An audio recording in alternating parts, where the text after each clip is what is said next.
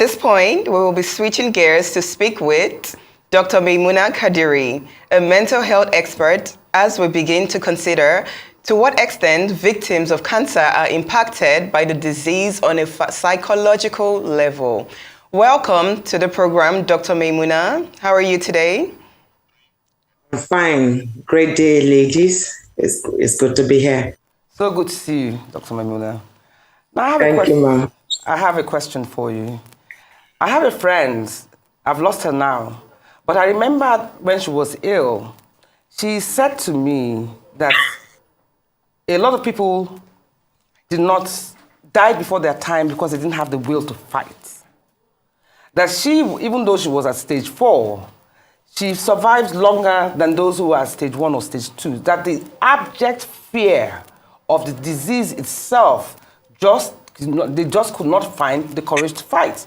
But in that same question, I also want to ask, there are those who you hear fought till the end.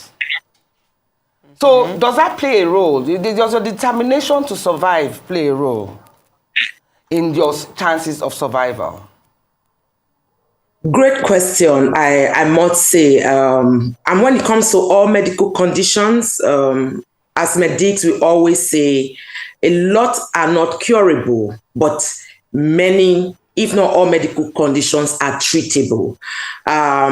With the advent of the name cancer, which is a non-communicable disease, and everybody, being more aware of it, but one singular thing, cancer, almost synonymous with death. But we are grateful now with the awareness, with the advocacy, which is taking a center stage on a global perspective. But it's still very pertinent for us to deal with that word fear. And it stems from within. It's the mindset when you are being told, excuse me, this disease, there's a way they break the story, they break the news. And, the team comes together most time. In fact, we now even have principles where we always tell any medical team, before you tell a cancer patient, you have cancer, follow these rules so that you won't just tell the person you have cancer and the person will just give up right there. And have we seen cases like that? Yes, because the person may be having underlying cardiac condition. You just said person, he or she has cancer, especially a she, because it's more among the females than the male, and the person just gives up. So that fear is there. So it stems from that mindset of the fear of the unknown, the fear of losing control, the fear of losing loved ones, the fear of pain and long-term suffering, the fear of, body identity image changes, the fear of identity, the fear, there's so much that that goes on in their mind that they don't even give up before treatment starts. And so when it comes to the emotional well-being for people with cancer, we start their information from awareness. The awareness of, I think I have a lump here, or the awareness of, I have 2 aunties that have died of cancer, or there's a family history of cancer in my, the genetic code, like Angelina Jolie, who just told us, look, I'm taking off this thing, because if I remove this, it will reduce my risk. So that awareness causes what we call hyper-alertness. And that hyper-alertness can either go positive or negative. Positive, the person will go and do all the necessary things, go for the genetic testing, go for, and all that, and do what she needs to do. The other flip side is that, my auntie went, before she died, she suffered a lot. No, I'm not even going to go to the doctors for them. They won't tell me that I have cancer. I'm not there. And from that awareness, it goes to receiving the diagnosis.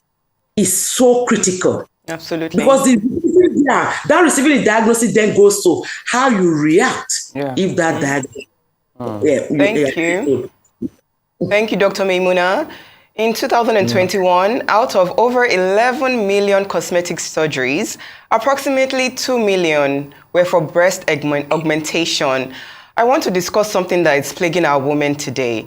Women have been reconstructing their breasts for over a century, with the first breast implants reported in the 1960s. The rise of breast cancer with the topmost risk factor being just a woman, has led many leaders, researchers, and patients to question and hypothesize the link between breast cosmetic surgeries and breast cancer. Many surgeries prior to the 2010s stated that they failed to find a link. But today, we can say that in Canada, there was a study with over 400 women who had implants, and it was discovered that not only do breast implants impair early detection, it also plays a role in increasing lower survivor rates. So today, my question to you is, how do we work with women today to bridge that gap between embracing your natural womanhood and going for breast implantations? So it's good we are bringing in this question now, and thank you for that, because we are seeing a rapid, rapid, Absolutely. changes. Before you even answer this question, let me also mention that last month, the FDA actually released a significant memo that said that they have discovered cancer complications around breast implants. So sorry, please go ahead. Yeah. So what I'm saying, the question is very key, is we are seeing that, if you know somebody who knows somebody who knows somebody, even if you don't know somebody, social media is even going to bring it to your, face, in your timeline and all that. Somebody who has gone for body and breast augmentation, or, BBL or lipos. So there's Absolutely. so much cosmetic surgery when it comes to this. And we are now asking ourselves, do we need that? Do we really need that? If you don't have a reason, for example, if a genetic reason, or you've done the Braxy test and it shows that there's a likelihood that you are going to have cancer, then you just take off your breast and then do, augmentation. And the thing is that it's not necessary you must put an implant. There's the autologous way. Autologous means that it's your body, a part of your body taken to fix another part. So it can be in your lab or somewhere else to do that. But again, at what stage, to what extent do people have to go to do what they are doing? It comes from us. How do you embrace yourself? Knowing yourself, self-confidence, self-esteem, self-worth, not necessarily feeling pressured about this person has done this, I have to go do this. With the advent of researches, we are still going to find, because now there are pockets of researches here and there that is just this is what is happening. We need multilateral kind of researches, random compromise trial, peer review, and so many other things that would, also kind of shed more light on that. But as an expert, I would just say, embrace who you are. I agree. Self-love is so critical. I need to ask another very important question. A cancer diagnosis can affect the emotional health of families and caregivers. The victim is left feeling uncomfortable, worried, or scared about a real or possible situation of death. Being distressed can affect not just the victim, but the family members and the caretakers of these victims. So my question to you is, what platforms are put in place? Everybody focuses on the person that has the ailment, which is natural, because, come on, nobody wishes that upon themselves. But I have seen husbands, I've seen children, emotionally and mentally unable to cope with what has befallen their spouse or mother or sister.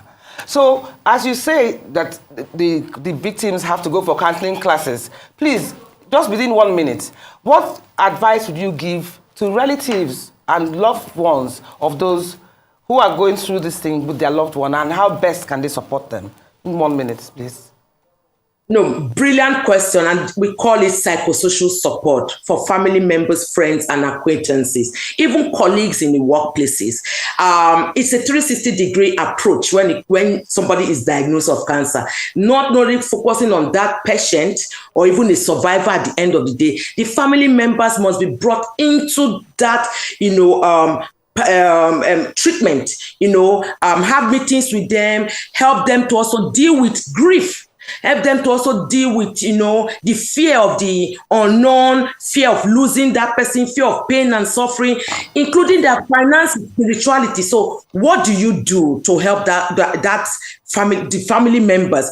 We call it counseling, and of course, also identifying that with like a triage, knowing those that it will affect more than the other people. Some will even have to go for therapy. Some will even have to, let them go for other medical treatment that they may need to make sure that it doesn't affect them. You can never manage a cancer patient or a survivor without the family. The comfort of having a healthy support system is also very significant in their survival rate. So it's very important to help them.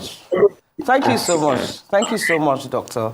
This is a real good eye-opener, and I'm very happy that there are provisions made like that for people to help them overcome this pain. It must be the most harrowing journey for any woman or anybody that goes through it, and as well as their loved ones. So thanks for opening our eyes to opportunities where we can handle this disease a bit better than it would normally be for us.